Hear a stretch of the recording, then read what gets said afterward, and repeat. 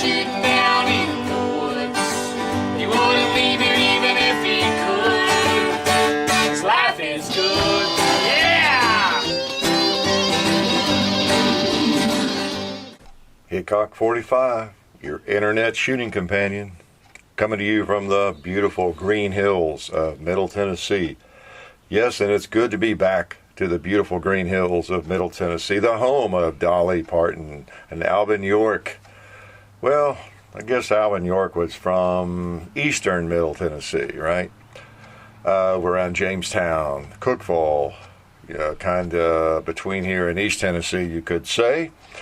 But anyway, it is good to be back. Been on the road for a week, and my wife and I went on a trip out to Texas. We meant to go to San Antonio last summer, or about this time actually, and some things came up and didn't make it. So we took off before Memorial Day weekend and just got back. Had a great time. I know, I don't announce these things very often, and couldn't really do a lot of Hickok45 stuff on the road. Didn't want to dominate the trip with that sort of thing, really, although we did have some enjoyable conversations with some of you all out there, and hit a gun shop or two or three, and that was kind of fun on the road. I've always, as I think I've told you, been a gun shop hound, whatever you want to call it, rat. I just always, for 40 years, if I'm anywhere, I see a gun shop, the car won't let me drive past it generally, and just pop in. Never know what you find. You find that holster you've been looking for a long time. A little bit different now with the internet. You can find just about whatever you need unless it's sold out. But really, I have found so many things over the years that I kind of needed. There's that word need, right? For a particular gun, a box of ammo, a cleaning jag, or something. It was just on my radar that I just had not seen lately. Or sometimes you run into something you didn't even know was out there. Think, wow, that's cool. Something to clean a gun, or I don't know, a box of ammo you didn't know anybody even loaded, or a gun you never see. I haven't bought many guns on the road like that, but you could. Just have to have it sent to your FFL, Guess I've done that once or twice, unless it's, of course, a long gun and you're in, nearby to your home state. But anyway, I had a good trip. Went down through Memphis and Little Rock, stopped in Dallas, and for about a day and a half, I guess, in Dallas, and explored the site down there at Dealey Square. A little event took place there back in, 63.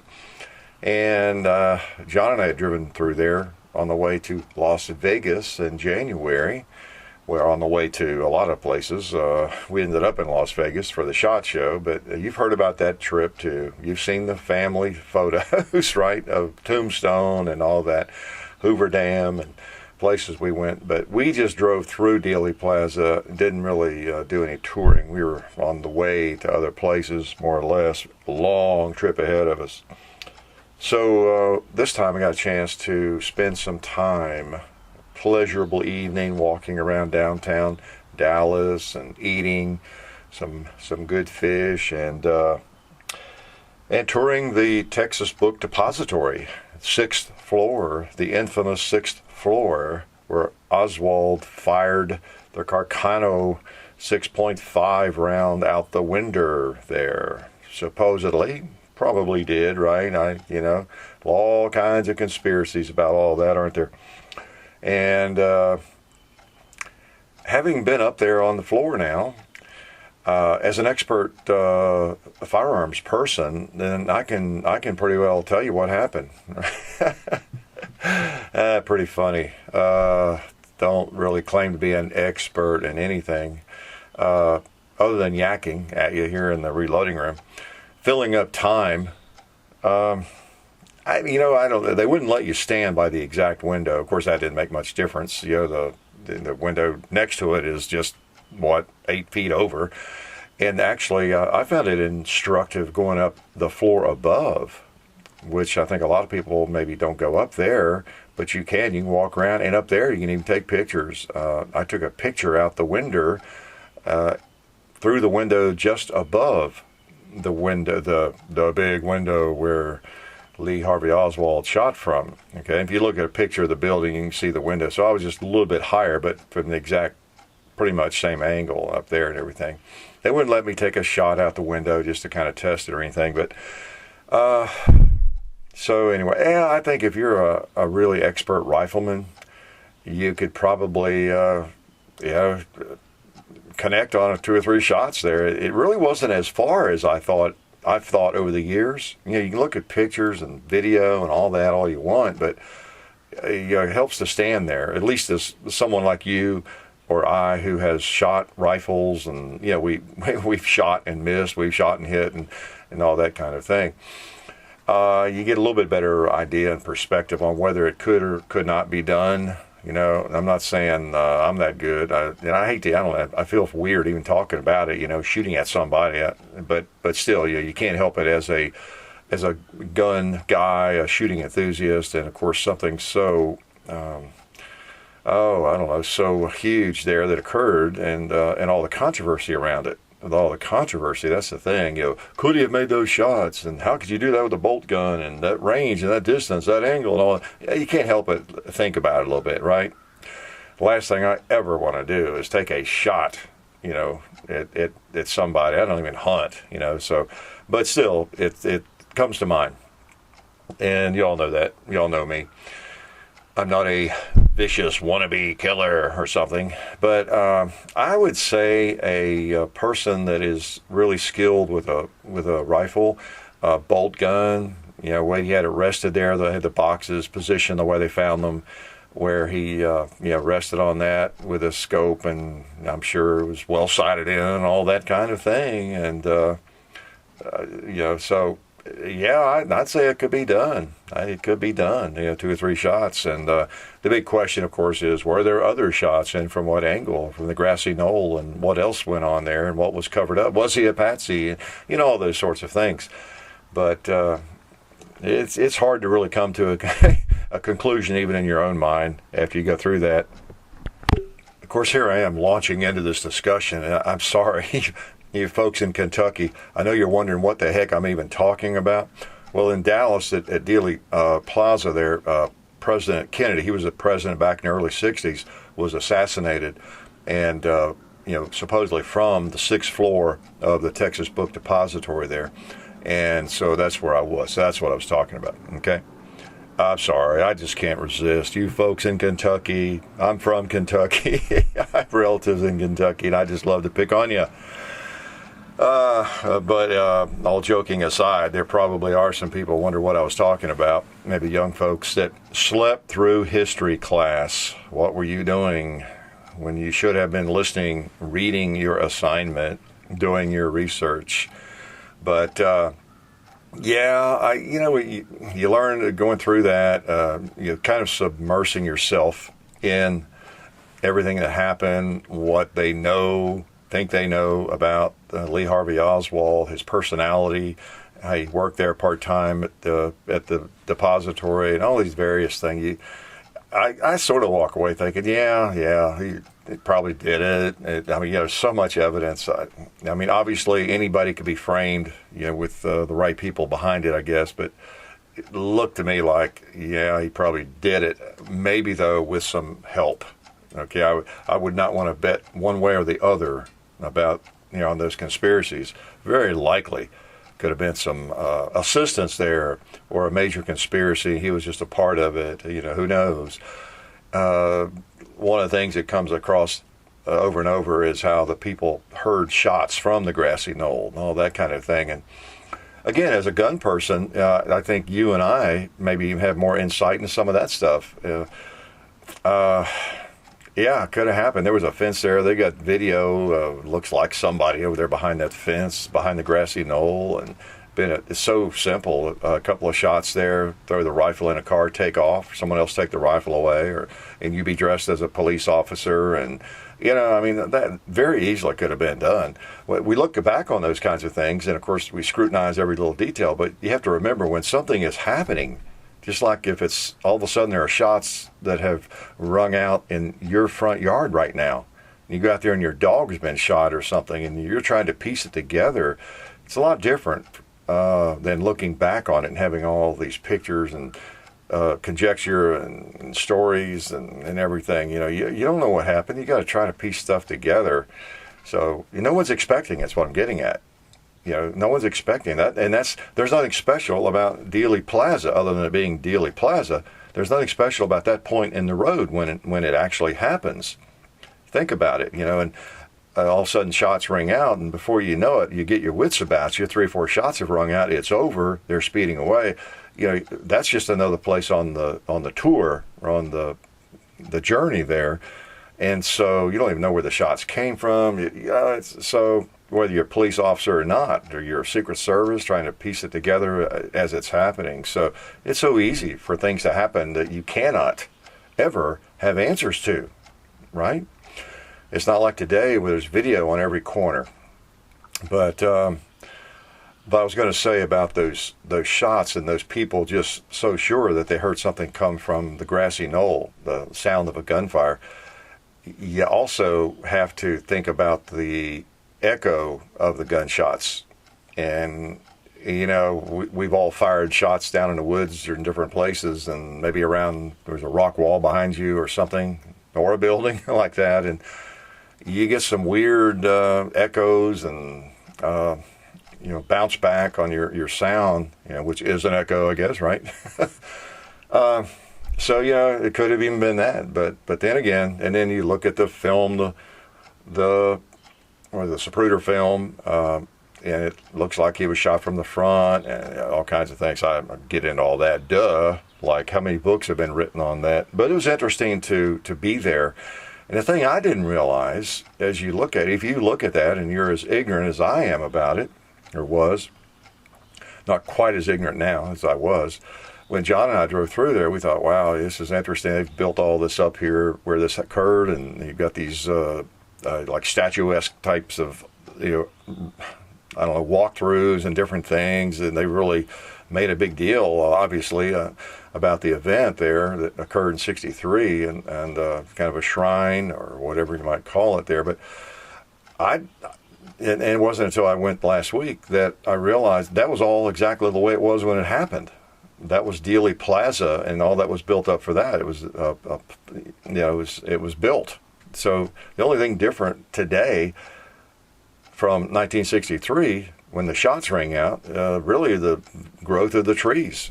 The trees do kind of block the angle. Like today, you stand up there on the 6th floor and you say, wow, all these leaves are in the way.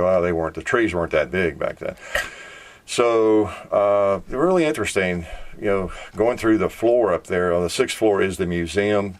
And it takes, my wife and I must have spent 2 hours up there walking through it, reading and just everything about that. And they have, they don't have the firearm up there, but they have one exactly like it, the Carcano, 6.5, and just everything about it is pretty interesting to learn about. A pretty big event, as you all know.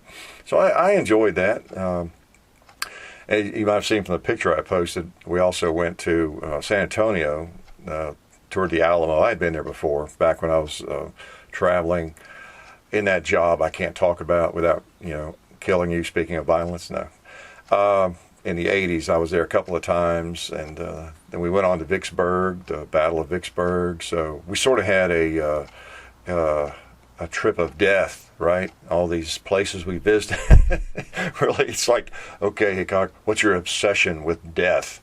You go to the Alamo, you go to Dealey Plaza, you tour the Vicksburg Civil War battlefield. We are funny creatures, aren't we? Obviously, those are big events. That's what makes them so big. When somebody very, famous, I hate to say important or famous. Those words are misused so often. But when a president's killed, that is a huge event. right? And other people were killed too. But and then of course the Alamo, we know about that, and then huge Civil War battles. Those make those cities very, very significant because there were causes fought for, of course, in San Antonio and in Vicksburg. Well, I guess whoever shot the president thought they had a cause too, right? But anyway, really neat trip. I would highly recommend that if you have time sometime, you're in the neighborhood, get to Dallas and check all that out. That it's cool because it's the obviously the historical nature of it, but it's pretty much preserved. I mean, there's nothing that's that different, if anything, from 63. So I don't know. We all have, I guess, a morbid fascination with that sort of thing. I don't really have a morbid fascination, though. I mean, some people might. I have a certain level of interest. I don't know if it reaches the level of fascination, but it's just interesting. I've always been interested. Well, not always. I'll have to say, when I was in school, I was not as interested in history. I really got more interested in history when I got out of school and away from all those boring teachers. So anyway, that was a pretty neat stop there in Dallas, and then on down the road to San Antonio a couple of days later. Nice place to visit, as you know, the Riverwalk, and had a couple of meals down on the Riverwalk, and visited the Alamo, and prowled around downtown San Antonio. Didn't really make it a trip to go spend a week at these places and see everything in Dallas and everything in San Antonio. Need to do more of that, though. Go somewhere and just stay. Still so much driving. But I had fun. I highly recommend you get to the Alamo sometime. That's a very interesting place, and of course the significance of what happened there.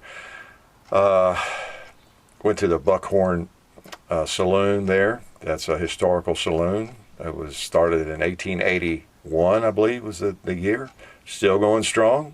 And there's a Texas Ranger Museum in it.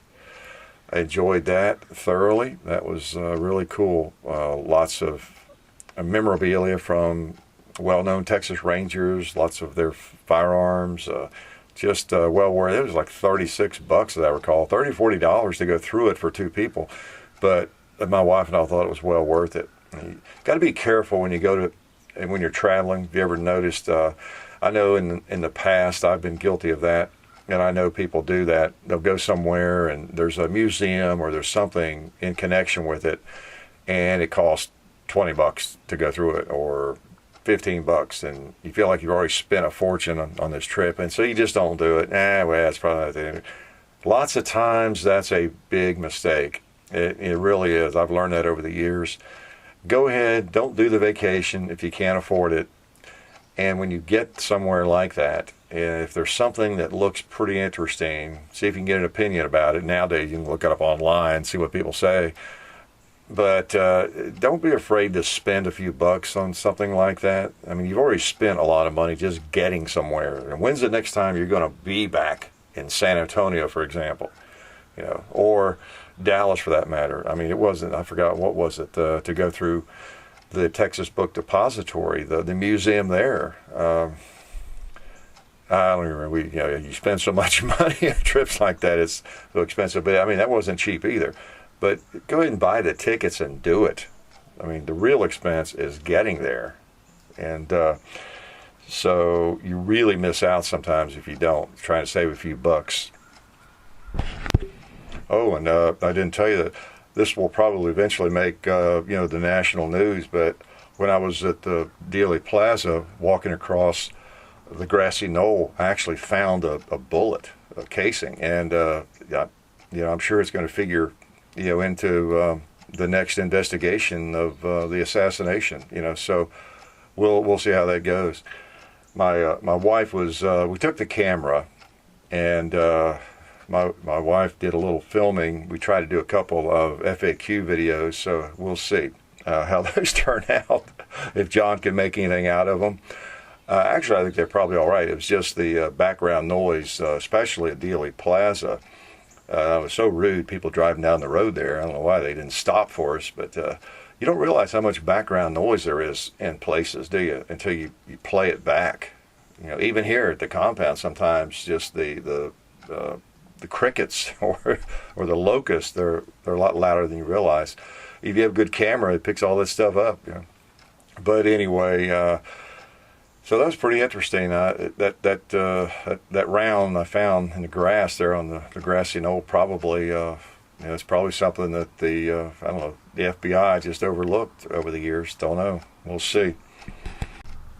Speaking of conspiracy, a word about conspiracies, right? Man, I'm not sure about half the conspiracies that are out there on everything. You know, you name it, there's a conspiracy associated with it. I'm not quick to pick up on conspiracy theories. On the other hand, there's enough evidence sometimes, and I've developed enough distrust, I guess, for big organizations or the government, that I am not going to totally disagree with them or you if you believe in them. It's hard to know, isn't it? I do think, though, sometimes people are a little too quick to jump on the bandwagon if a conspiracy is juicy, sounds good. I think there might be something here. I'm getting philosophical again, but I think there's just something in us as human beings, at least for you all, those who are human. I'm not really human, but there's something in the human nature. We just like, I think, a juicy conspiracy. We want to believe it. Things that maybe are more dramatic. It's a little less humdrum, a little less boring to think there was maybe something really interesting behind an event. And I don't know, that explains maybe the unexplainable. We tend to like that. And you go all the way back to Greek mythology, the myths, they're basically to explain things that are kind of unexplainable. We just like to have answers as human beings, don't we? We just want an answer. We're not happy unless we have an answer for something. And it fits. We're the same way in lots of our thinking. We tend to pigeonhole people and put them in boxes and categories, and why people act the way they do. People in school or in your company where you work. We're awfully quick to define things. Makes us feel better to have things all neat and wrapped and packaged. It just does. Then rather than we're not as comfortable with not knowing stuff. Yeah, well, we're all the same, and I think it's tempting for us to jump at conspiracies. All of it. I'm not talking about shooters. I'm just human beings. We're just quick to, I think, sometimes latch on to those things. So we have to be careful. We have to be careful, don't we? And not latch on to any old theory that comes along just because it's sexy, it's cool. That's it. They're out to get us. Yeah, maybe they are. I don't know. I think we need to save that that tendency for when there's some evidence that it could really be real, because there could be some conspiracies that we need to know and we need to be suspicious about. And but anyway, whether it's a president's assassination or just anything, there's always this evidence that there was more to it. And there might have been. That's the thing. There might be. You might have gotten fired from a position somewhere in your life already, and you might have some gigantic conspiracy developed about that, about how your manager, your boss, they fired you because someone over here in the other part of the company wanted you out of there, and all this kind of stuff. And maybe it's true. Maybe it's not. Maybe it just makes us feel better. Maybe it's just, again, trying to nail down the unexplainable. So I don't know. But it's fun to latch on to a juicy conspiracy, and the problem is, maybe it's true. And by the way, I met some of you guys along the way And that was good. That was cool. And you know who you are, right? Unless you have a really bad memory like I do, you probably remember. And when it was at a gun shop I stopped in, a couple of gun shops, or Cabela's, and oh gosh, where was it? Buda, yeah, Buda, Texas. Stopped in at Cabela's, and I must have run into 5 or 6 or 7 of you characters. So it was good to meet you, and got a tip from one of you, retired New York City detective. I forgot your name. If I knew your name, actually, you've written me on Facebook since I've gotten home or got away from there, but put me on to that, gave me the tip of the gun shop down in San Antonio, the Nagels, which was really cool. So I made a point to go there, and great folks, and 2, 3 or 4 of them watched the videos, so felt like I was home. Lots of cool guns, man, shelves full of Colt single actions and double action revolvers and modern guns, lever guns, everything. So I wish I was closer to that shop, but that was neat to visit that place. If you're in the area, you're probably already familiar with it, but if you're ever going through San Antonio, look that one up. And but anyway, it was neat running into to you all in that neck of the woods. I don't get down there very often. It's a pretty far piece from Middle Tennessee. If you know anything about geography, you know that's a hike. We drove 2,200 miles just making that loop around down through Dallas and San Antonio and back across through Houston and Louisiana and up through Mississippi. We took a little side trip down to Port Arthur for lunch. Then came up to I wanted to come through Vicksburg and tour the Vicksburg battlefield. Something of a Civil War buff, but not serious. I'm not that serious about it. Well, I guess it depends on how you define serious, maybe. I mean, I don't read every book, and I can't tell you all the details of all these various battles. I just find it, I do find it fascinating that took place right here. And, you know, literally here in Middle Tennessee and all over the state, and in the South, and of course places in the North. Many of you live in those areas, so you can't help but find it slightly fascinating, at least, that we were killing each other right here in huge numbers with muzzle loaders. You know, it's just wild to think about that. I know people in Europe, a lot of had to withstand so many wars and battles that they probably just laugh at us over here that we're so fascinated with the one major one that took place in the last 150 years, you know, here.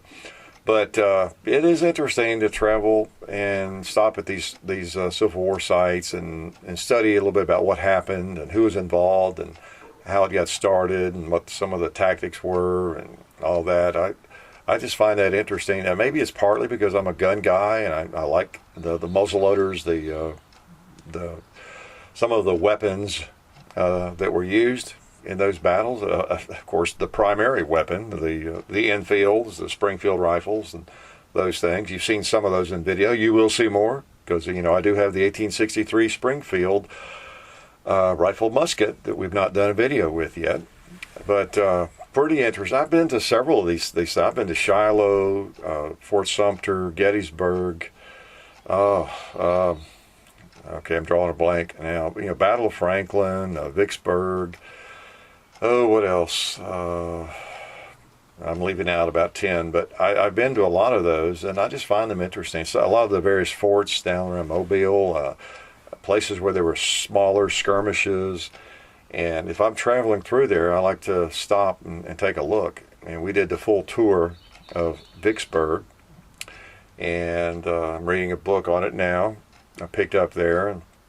Very interesting. Fort Donelson, I forgot, left out. That's one of my favorite spots to visit.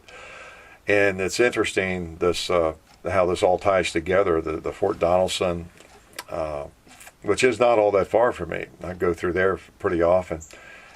how Grant came down through and took these forts on the river. They obviously, the rivers were the main source of travel, back then. And so the Ohio, the Mississippi River, the Cumberland, key areas, and so that was a major objective to gain passage into the South through these rivers, and that's why they were heavily fortified, and especially Vicksburg. And they tried and tried and tried to get past Vicksburg, down the Mississippi, and couldn't do it. Finally did. So it's very interesting. And of course, I think almost every battle, one of the things that you read about or you're told is that this battle was key to the North winning the war. That's interesting. It seems like every battle claims that, and but there's a lot of truth in that, though. These rivers, once the rivers were opened up to the north, and the South was split, that just made a big difference. But interesting place to visit if you're ever in the neighborhood.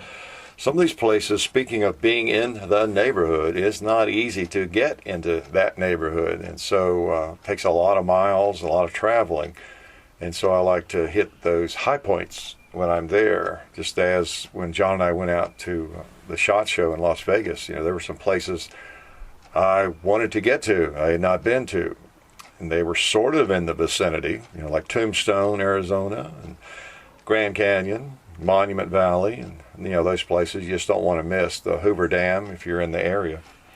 So anyway, I had a great trip, and glad to be back, and it was great to run into some of you all there. And boy, did I need to get back. I tell you what, there's so many guns that we want to to shoot and to do videos on. I guess we're kind of behind, but that's okay. It's a good place to be. I'm sitting here now. I came out here. I shot the Rock Island Armory. Got a 9mm in 1911 Rock Island Armory that I've been shooting some, and just picked up yesterday. Hear it? You probably don't know what that is, because I doubt you've seen too many of them yet in your local shops. It is the new SIG P320, 9mm, okay? P320. Saw it at the SHOT Show. Tried to get one from SIG. They couldn't seem to get me one.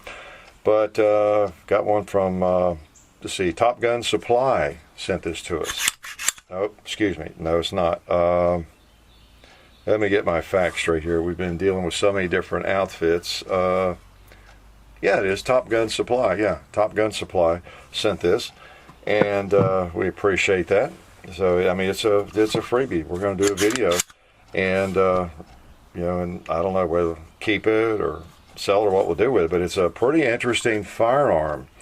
It's I just shot 2 or 3 magazines through it to try it out. Just picked it up yesterday, and I'll tell you, that's interesting. If you don't know, it's that I think the SIG 250 is like this. It's modular, where the serial numbered part is like the chassis, the kind of the trigger assembly kind of thing. And when you get the slide off, you can just pull that out, and that's your gun. Literally, you could take that out, and then I guess you could pack this gun or the rest of it anywhere you wanted to. It technically wouldn't be a gun, right? Of course, it wouldn't fire, but. And the plan there is so that if you want to buy another frame, all you do is buy the frame. You want the smaller frame, compact, and you just slip the chassis down in it. It's pretty interesting, shorter slide or whatever you want. So part of the motivation for that, I think, is the folks in Germany who are allowed, and other places too maybe, they're allowed to have 2 handguns, period. And so they could buy this gun, and they could, maybe, I don't know how many, maybe 3 different guns in this one gun. It would just count as one. You could have a compact, maybe a mid-size, and maybe a bigger one. I'm not sure what all the sizes will be on this. But pretty interesting, and it feels good in the hand. It's striker fired. It's a departure from the 226, 229, the usual hammer fired SIGs. You don't have the it's not as low as say a Glock or some of the other maybe striker fired guns, but you don't have that really high bore axis. Feels good. It's got a nice trigger. I'm getting a little pinch on the trigger or something there. I don't know. I'll have to shoot it some more and see if that's real me or what's going on there. But man, it's right on and feels good. So I'll shoot it some more and we'll do video. So pretty interesting gun. I'm so far pleasantly surprised. So we'll see. I mean, it's a good size. This one's a pretty good size gun. It would be, I haven't done the comparison like I always do with a Glock 19 or something, but it a little thicker and a little bigger. But it's not too bad. You know, it's not going to be a pocket gun and an antelope. Maybe not an inside the waistband gun, but it's, I don't know, it's not gigantic, but it's not small. Pretty nifty. What else have I been messing with today here? I also got out this, what is this thing called? Here it is. This company, wanted to know if we were interested in these. Let me grab the information on it. There we go. It's, I had the manual out to make sure I did it right. I thought, well, I had this short barrel, double barrel. Of course, you can do it in any breakdown shotgun. It's advised to use a breakdown shotgun. But these are, you may be familiar with these. There are these adapters you slip into the barrel of your shotgun and you chamber it that way for a pistol cartridge, or I guess mainly pistol cartridges. I don't know what all the ones that are available. I need to go back to their website. I think there are some other companies that make these. This one is short lane chamber adapters. Short lane. And at www.gunadapters.com. And pretty simple. I've had it lying around here for a while. They sent it to me. It's this one's 22 caliber. It's a barrel about, maybe I'll post a picture on Facebook here if we don't get around to the video for a week or two. It's probably, I don't know, 8 inches long or 10 inches long. It just slips down into the barrel. It's got a little rubber O-ring that kind of seals it, or keeps it tight and tight enough where you can put it in and pull it out with your hand. And this one's for 22, long rifle, rimfire, and I guess shorts or anything you want. But I stuck it in this sawed-off shotgun here a minute ago. Okay, let's see how this thing works, if it works. And it was pretty simple. I looked on the manual and just stick it in, and you got a little indentation there so you can get to it and pull the round out, grab the rim to get the empty out. And so that needs to be at 12 o'clock or 6 o'clock for easier operation. And I stuck it in there and got 8 or 9 22 rounds and went out and took a couple of shots. Shot 5 or 6 of them, and I mean, right on. Looked down that barrel; it just looked like they were hitting right where I was aiming. So that's kind of interesting. I'm not sure what my use would be for this, but it works. Maybe as a survival tool or something. It might be interesting to have that in a 38 special. I'm not sure what other. I'll look up and see what other calibers it comes in. So anyway, I'll show you all that at some point. It's interesting. Not sure I have a lot of use for it again, but it seems to work, and it wouldn't, I guess, hurt to have it around. When I say it wouldn't hurt to have it around, what I mean is, from a preparedness standpoint, prepper, survivalist, having something like that you could fall back on. Who knows? But there's probably some other things I'm not thinking about in terms of the use of that. But we have several firearms. Like I said, we want to get into video. Got some of the Bond Arms, Derringers. What else do I have you haven't seen yet? And I think a couple. Oh yeah, I got another Mosin. Yeah, even since the 38, got a PU sniper. So just picked it up yesterday, and that firearm again is from the MosinCrate.com. So we appreciate that.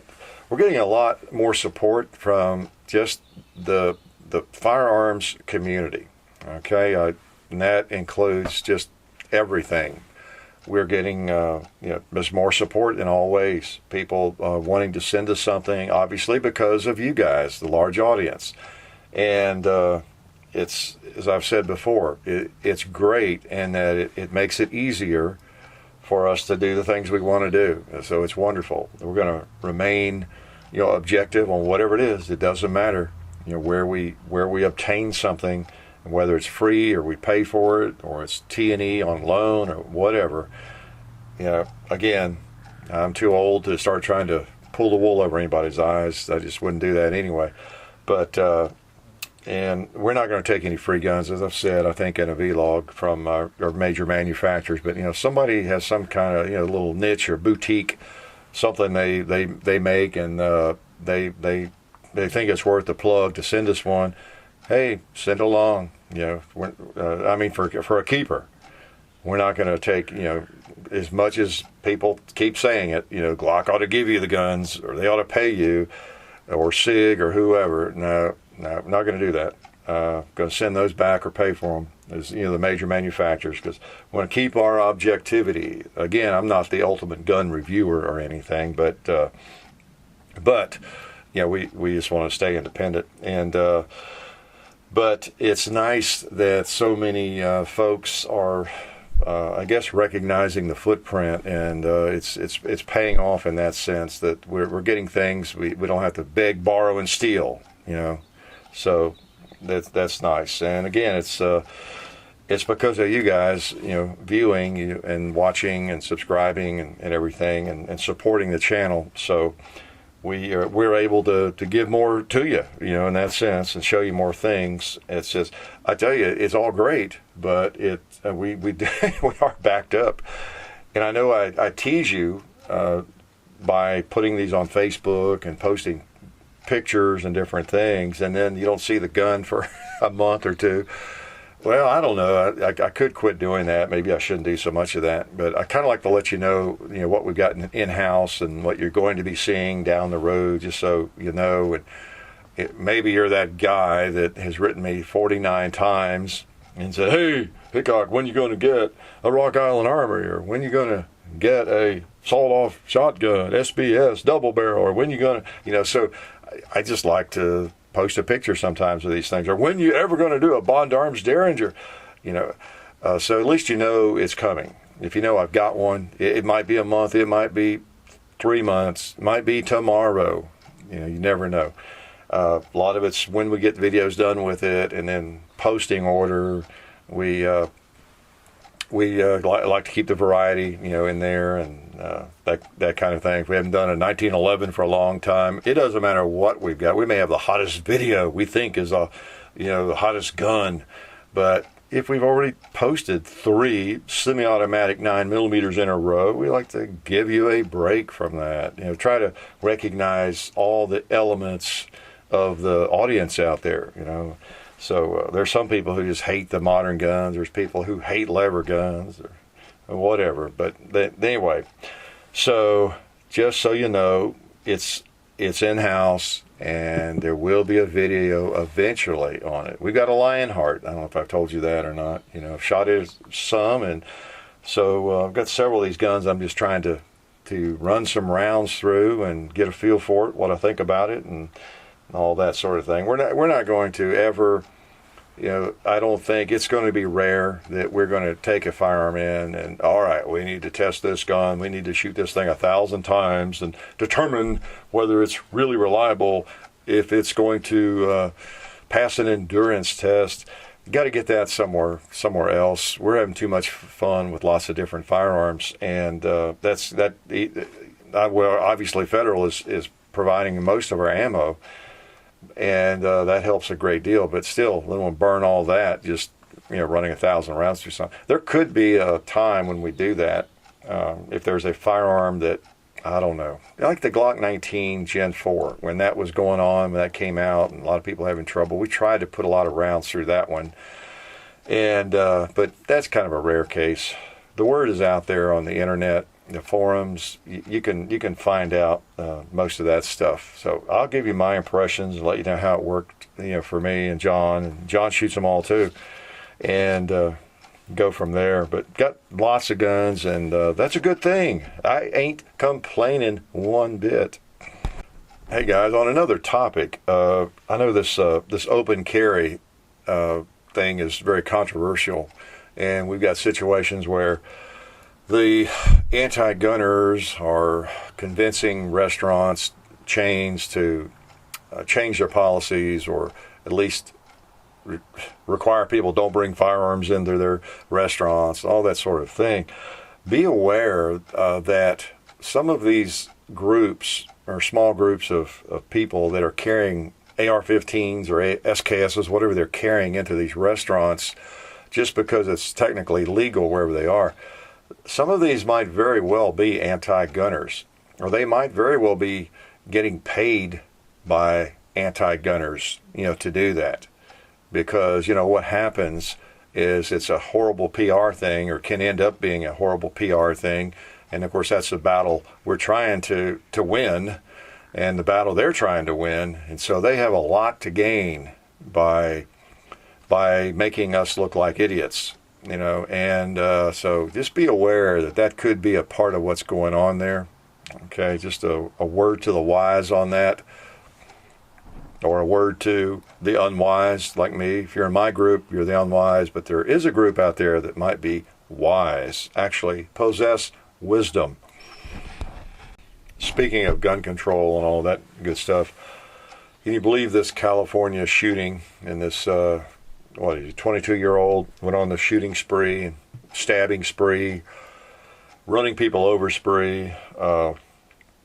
Again, make sure you're doing all you can to educate people. It is a PR campaign in a lot of ways. Here this guy had, obviously he had mental health issues. It was pretty much documented. A background check would not have helped. There didn't, apparently. He had firearms and 10-round magazines, the kind the gun banners love, 10-round magazines. He killed 3 people by stabbing them. He ran people over the car. So, it's just, there's not a leg to stand on in terms of making any kind of anti-gun argument out of that. It's just silly, and just do what you can when if it comes up, to remind people of all those things that that has nothing to do with you and me. It just does not, or the Second Amendment really. So just a totally different issue, as almost all of these spree shootings and things are. It's just rampage shooting, whatever you want to call them. There's that common denominator, that mental history almost every time, and it's just it's crazy. Usually it's in a gun-free zone, almost always. So I guess in California you're in a gun-free zone in some ways. There's not going to be many people packing a firearm to put an end to this sort of thing, unless it's an official police officer, right? And what's the likelihood of a police officer being around when something like that is happening? So crazy situation, and has very little to do with what you and I are about. Somebody asked me a comment or a message. No, it was a private message, about if I would talk in a radio show about possibly the 70s and the guns that were available and that sort of thing, maybe because I made a remark about that in a recent video. Yeah, I guess I could talk a little bit about that. I can talk about anything, whether it makes sense or not. But yeah, the 70s was the decade where I got out of school and everything, and went to work, and so I was able to feed my addiction a little bit better in terms of firearms and shooting. And as I said earlier in that video, the Model 66 video, revolvers reigned. I mean, that was it. That's what was in all the police holsters for the most part, and that's what people looked at. If they had a firearm for defense, so often it was a revolver. Some 1911s, and a mixture of some other guns, of course. I remember in the early 70s, the Smith & Wesson Model 59, I believe it was kind of a high-capacity 9mm semi-automatic. That was really getting popular among some people. The Model was a 39 Smith & Wesson auto loader, was fairly popular. I think that thing shot 38 special, if I'm not mistaken. Never did have one of those. Be an interesting gun to review sometime. And of course the 1911, if you carried or a semi-automatic, that was really pretty popular, and it was probably a Colt, right, in the 70s. And I had one in the 70s. I had a Series 70 in the 70s. Imagine that. When I bought my first one at Gun City in Nashville. And then, well, actually, I think my first one I bought at Battleground Armory in Franklin, Tennessee, when they existed. It was a nickel-plated one. It had a little walnut case, glass cover, it was a beauty. And I may have told that story before. I went out and shot it and couldn't hit anything with it, and the recoil was weird, and I traded the thing right away. How dumb was that? Man, this thing, a Series 70, nickel-plated, in that walnut case, that felt line. No telling what that would be worth today. But I don't know, a year later or something, I finally decided I needed to try that again, and I got a blue a Series 70 at Gun City. And that's the one that stuck, and I kept that. I actually kept that gun for defense. That was my first line of defense at the house, I think, pretty much all through the 70s. And I liked it. I learned to shoot it. I was shooting more. That's what I needed. I just needed to shoot more and shoot that gun more and get the feel of it and learn to hit with it, which I did. So I can see I have understanding of the GIs. One of the stories you get from GIs that the 1911s were, totally inaccurate. You couldn't hit anything with them. You'd be lucky to hit your foot and all that sort of thing. Well, think about it. They're just like me. Even if they had been brought up shooting to some extent, they probably didn't shoot a semi-automatic, a large caliber semi-automatic around the house or the farm. And so you pick that thing up and fire it. It really is a strange feel the first time. And so, yeah, and then of course you combine that with the sights or lack thereof of the GI models and the trigger and everything. No surprise. They couldn't hit with it and thought it was totally inaccurate, as compared probably with a nice revolver they shot maybe before they joined the military. So it got a bad rap, of course. You just need to practice with one of them. You see that old World War II one I have. That thing it'll group just fine. It shoots just fine, and it's probably just as loose as any of them. But anyway, they're in the 70s. That when I think back, now this is just me. And again, I was new into guns. There were other firearms, of course, and they were not on my radar. I didn't know about them. It's just like today. There's firearms that I could bring up that you've never heard of that actually might be pretty popular, and vice versa. So I guess we all have tunnel vision to some extent. We have certain firearms that are on our radar that we know a little bit about and we're interested in. And I was the same way, I'm sure. The Smith & Wesson revolvers, double-action revolvers, were really on my radar. 1911, eventually there. And, some of the other things. And Colt, Smith & Wesson. If it was not a Colt or a Smith & Wesson, I probably didn't know much about it. I knew about you would see the small Colt revolvers, the Cobra and the Detective Special, the little J-frame Smith & Wessons, and all of those. But those little guns like that were not as much on my radar as they are on everybody's today, because there was no real concealed carry. There were people who had permits, but they were few and far between. You had to have a really good reason and convince your sheriff. So unless you were in the entertainment industry or you were a banker or something, it was really hard to get a carry permit. And so the little guns were kind of neat, but most of us back then, our shooting was going to the range or hunting with a handgun, and so the little guns were not as much as appealing then. They were just hard to shoot. That's kind of our thinking about it, I guess, at the time.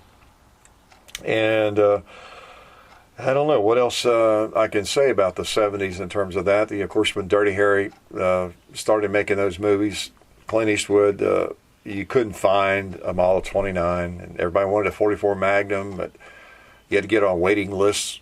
All the gun shops had a waiting list for it, and they were three prices, of course. I think they were supposed to retail for around $250 or something, but they would go for around $400. And I paid $385, I know, for mine in '73, and so it'd be anywhere from that on up, $500 to get one. And so it was kind of funny because they didn't really change price for about 10 years, 15 years, because they were overpriced anyway. So the actual street market price of them was $400 or $500. And it's funny is the MSRP was, of course, gradually moving up, and as it moved up to where the MSRP might have been $350 or $400, say the late 70s. I'm just shooting from the hip here. I don't remember the exact prices. Well, then they were a little bit easier to find, so maybe the price, the street price was a little softer. So the two prices, I think, kind of met to so for a long time, maybe 15 years. A Model 29 Smith & Wesson 44 Magnum was just going to cost you $400 or $500.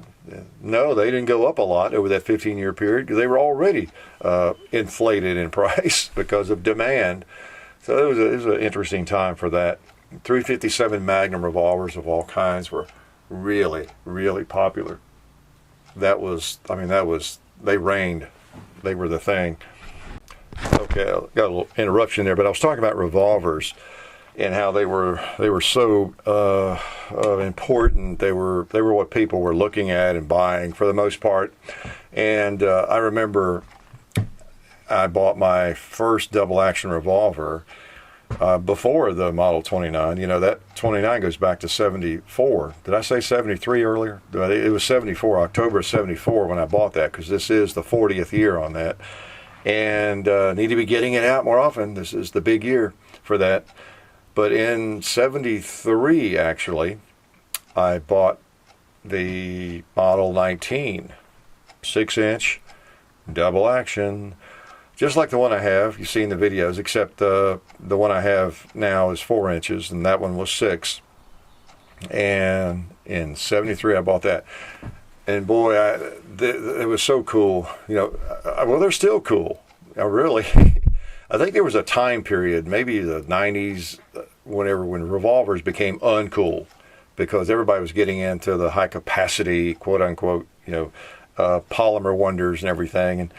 And so revolvers became just pathetic. They just hold 6 rounds and all that and slow to reload. And I don't know, for a time period, but I think in the last 10 years, people they've undergone a little bit of a rebirth, perhaps, because they really are cool and they work, fun to shoot, all the things I brag on them about. Well, in 73, I remember standing, and it was Bill Clay's Sporting Goods in Melrose, Tennessee, just out, it's really Nashville, just south of Nashville a little bit. Really nice sporting goods store. They weren't the cheapest, but great store, and they had several choices, and I was ready to plunk down the cash and get a double action revolver, and didn't know probably as much as I should have about them at the time. Just knew I wanted a Smith & Wesson 357 Magnum, and the guy pulled out the Model 19, said, well, this is a good one right here, 6-inch barrel, great for target shooting and all that, great cartridge. And I looked at it and flipped open that cylinder, and I thought, oh man, this is it, And I remember buying that thing and just loving it. I shot that so much. I started reloading at the same time, 357 Magnum, and found all the cast bullets, cast some of my own even, and I shot the heck out of that gun and just really liked it. But it's funny how history repeats itself. I still get the same feeling when I pull out a Model 19. They are just cool. Or that Model 66 I had in a recent video. Any revolver, single action or double action, they're just very, very cool. And it's hard for some of you to imagine, but they were there was even an additional coolness in 73, 74, because they were some of my first firearms, my first handguns. That was, I guess, my second centerfire handgun, period. The first one was a Blackhawk, a Ruger Blackhawk in 45 Colt. And so this was my first double action, revolver. And that was just cool. It's kind of like what some people, I guess, would go through later years. Maybe they had a revolver around or shooting it. They've never had a semi-automatic, maybe. They've never had a 1911 and finally get one. So that's that same feeling, perhaps. But it was an interesting time because it was so different, and not as many models. You didn't, gun shop wouldn't have to have 40 shelves like they do now. I mean, how do you even stock them all? If you have a big gun shop and you want to try to have all the gun companies represented, you better have some space, huh? How many different models of Taurus are there? Of Smith, of Sig, of Glock, H&K, M&P, the Springfield. If you're trying to stock most of those models, you'd better have some room. And see, so that was so different. Try to imagine going into a gun shop and without, say, Springfield Armory not existing, no pistols. I don't remember Taurus. Of course, M&P, Smith & Wesson. Smith & Wesson started making some semi-automatics, I guess, late 70s and 80s, more of them. And kind of based on that Model 59 type. But that was a little bit later. And in the early days, a lot of people didn't really put a lot of faith in the Smith & Wesson semi-autos. I don't know, I'm not sure if that was unfounded. There was any reason for that necessarily, but I don't know. In the 70s, I think a lot of folks, if they were going to buy a semi-automatic, pistol, it was going to be a 1911 for most people. Not everybody, but that was a lot of the thinking there. If you wanted a revolver, double action revolver, yeah, Smith & Wesson or Colt. The Python was big, and then the Trooper, and some of the smaller Colt revolvers. Those were considered very well made firearms, just like the Smith & Wesson. There just were not as many models. It was a simpler time. If I were doing YouTube back then, well, first of all, I'd have trouble because the internet wasn't working very well in the 70s, but I wouldn't have gotten as many questions about as many different firearms. It would have been a lot easier to answer them.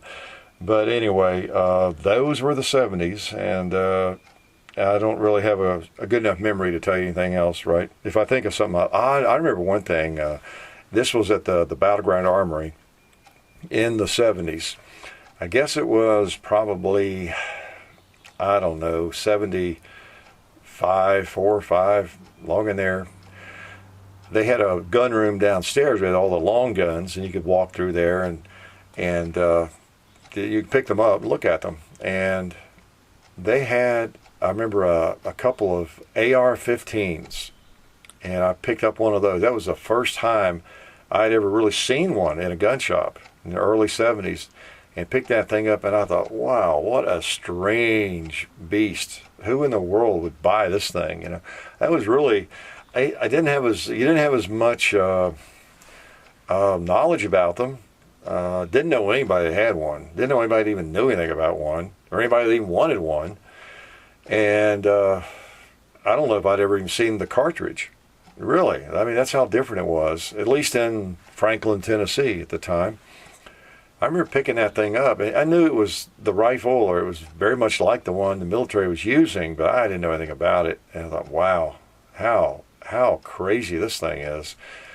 And so, AR-15s, they were really not much on the radar at that time. It was 83 or 84 before I finally bought one and actually owned one, and which you have seen in video, that A2.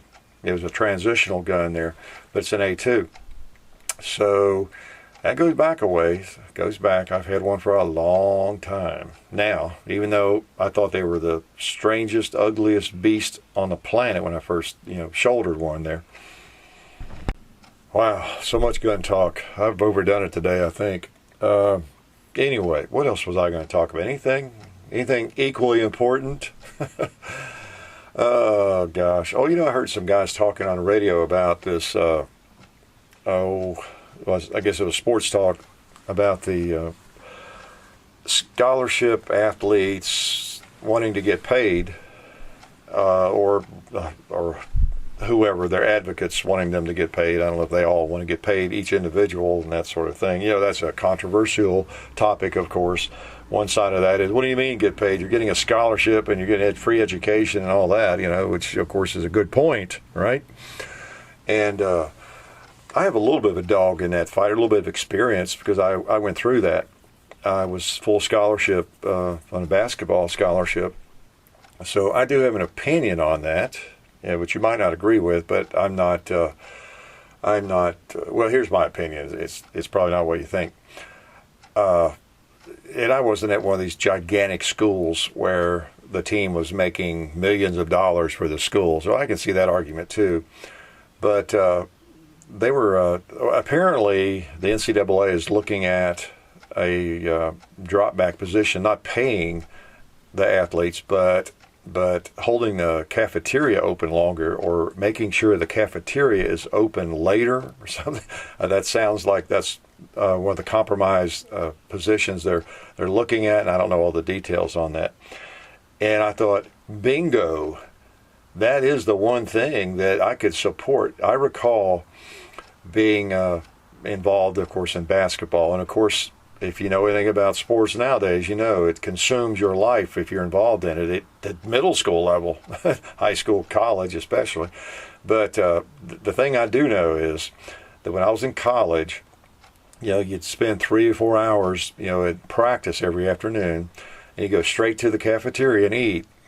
And then you go to the library to study, wherever you're studying. And then along about 10 o'clock, you'd be starving again. Again, because you're working out so much. So, I can sympathize with those guys, because they're like I was, want to eat 4 or 5 meals a day. And so we'd be off to McDonald's or somewhere to buy some food. That was every day. So out of my own pocket, whatever money I had that I made in the summers, I would use it up. Usually, I think by about January. Then I'd be scrounging for my parents or something. But I would. But luckily, I wasn't from a poor family. We weren't wealthy, but I wasn't from a poor family. So I could make do and go buy some food later at night for that next meal that was inevitable, basically. And so I can sympathize with guys that get recruited out of a really poor neighborhood, a poor environment, and they really don't have $2, to rub together. And they're working out and lifting weights and going through all that. Yeah, they're getting a free education, and that doesn't seem fair to the other students who are having to do whole part-time jobs and work to pay for the tuition. Yeah, I grant you that. But that thing about the athlete, the scholarship athletes especially, is you're so you're basically, you want to talk about a part-time job. That is a huge part-time job. So you really cannot get another job, because you're involved in that and traveling and ball games and all that kind of thing, and trying to keep up your studies. So I can see that would be I think a really fair a move to have the cafeteria open where those guys, gals can go get them something else to eat late at night or something. But anyway, that's my take on that, because I remember all those nights where I had one of those popcorn poppers. We'd be making soup. We'd buy Campbell's chicken soup or whatever, and we'd be making soup and like having another big meal, or going out to get something, whatever we could find later that night. But anyway, I don't know if you guys follow that at all. But I don't know about being paid. I think that probably would be a slippery slope we would not want to go down. That is for sure.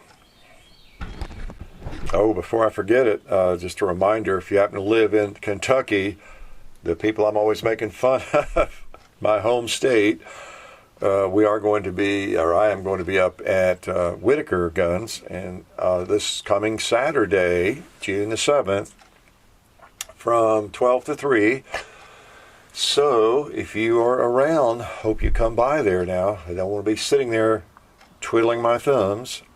But the meet and greets are they're fun. I say they're fun. It's a busy 2 or 3 hours there usually, but I wish there were ways I could do those in more distant places, or get around and do those occasionally, like one a month somewhere or something, one every quarter. I don't know. It's just, I mean, so far it's on our dime. We have to travel and take the time and go do it. So that's why we're just doing it in Tennessee and Kentucky, and we'll have another one again over in Pigeon Forge at Bud's Gun Shop and Range that they're putting in over there behind Smoky Mountain Knife Works. That looks like that will be September, May, possibly August, but I'll let you know on that one. And so those are only 2 we have scheduled now, and just wanted to land somewhere in the region of Eastern Kentucky, Western Kentucky, Middle Tennessee, Eastern Tennessee, and maybe we'll go down to Memphis sometime, get Western Tennessee out anywhere that's not too far away. I have no big problem with maybe doing something like that, but mainly the meet and greets will be at the big gun shows and conventions and that sort of thing. Who knows? Maybe we'll do a meet and greet tour or something. Get Ruger to finance a meet and greet tour. How's that? Or Springfield, the Hickok45 road show, and we'll stop at gun shops every 100 miles and just sit around and meet you guys or something. Oh, I don't know. Anyway, I will let you go. I think I've yacked a little too much today. I might be a little road weary, mentally weary from being in the truck so long.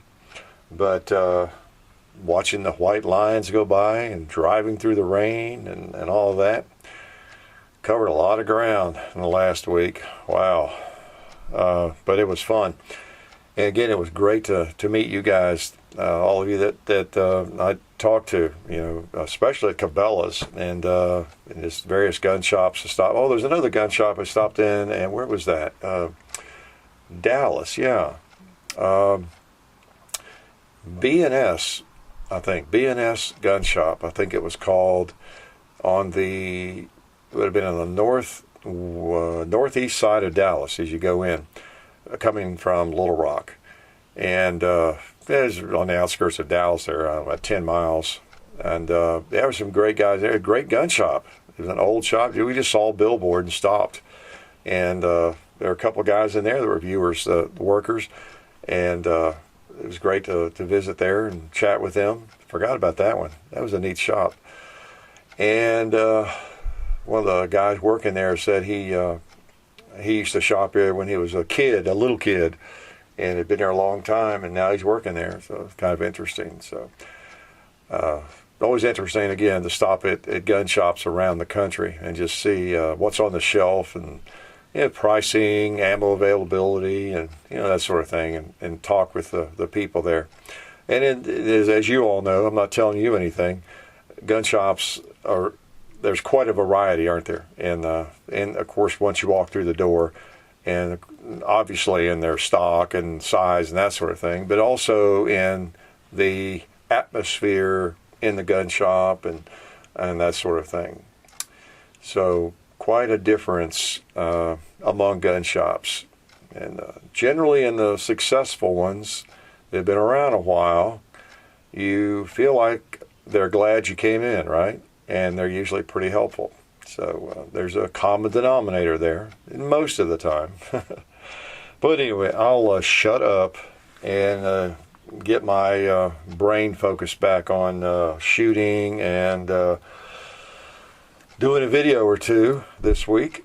And we'll be talking to you. Got some videos to post that have not been posted. Again, you're going to see some weather differences. I got one, I know we've got one with the Sphinx pistol we haven't posted yet, where there's snow on the ground. So I think you'll be able to tell we didn't do that one this week whenever we post that. So that's okay. I love to have 8 or 10 videos we've done and it really helps if you think about it. If you may make videos yourself, but if you post a lot of videos, you can probably appreciate this. It's really nice to have some in the queue, in the bank, and so that it doesn't matter what we do tomorrow in terms of a video, we can still keep the variety going, because I go through what we have yet to post, and again, if we've posted 3 semi-automatic 9mm, it doesn't matter if today we did another semi-automatic 9mm, because we have some videos on different things, and we can keep some variety that way. Not that that's the most important thing. If it's we're not going to do a video on something unless it's a firearm we think, a large percentage of you are going to be interested in. So, but still, we like to keep a little variety, because I know that we've got all sorts of viewers, people who like, all different niches of firearms. And I can certainly relate to that, because I like so many different types of firearms myself, and that's why we end up doing it. I was almost built for doing this, because it's not a marketing thing or something. Like, well, you know what? I hate those stupid single-action revolvers, but we probably ought to do a video on one. Or I really hate 1911s, but some people like them, so let's see if we can find one and do a video. There's none of that ever takes place. I enjoy them all, and own a variety of all of them, basically, too, to prove that, and have for many decades. So it's hard to find a gun I don't have some interest in, I guess is what I'm saying. And so we'll keep doing it, and as long as you guys keep watching, and we do appreciate your support. We appreciate you really tuning in and watching the videos on our channel. Hopefully there are some thieves out there, right? But we really do appreciate you, and it's fun, still fun doing this, and plan to keep it up as long as you guys stay out there on the other side of the computer screen watching the video. So take care. Hope you get a chance to shoot, at least do some reloading or firearms fondling or something here safely in the next week. So take care, and it's good to talk to you. You've been listening to the Hickok 45 radio show. See you on the range.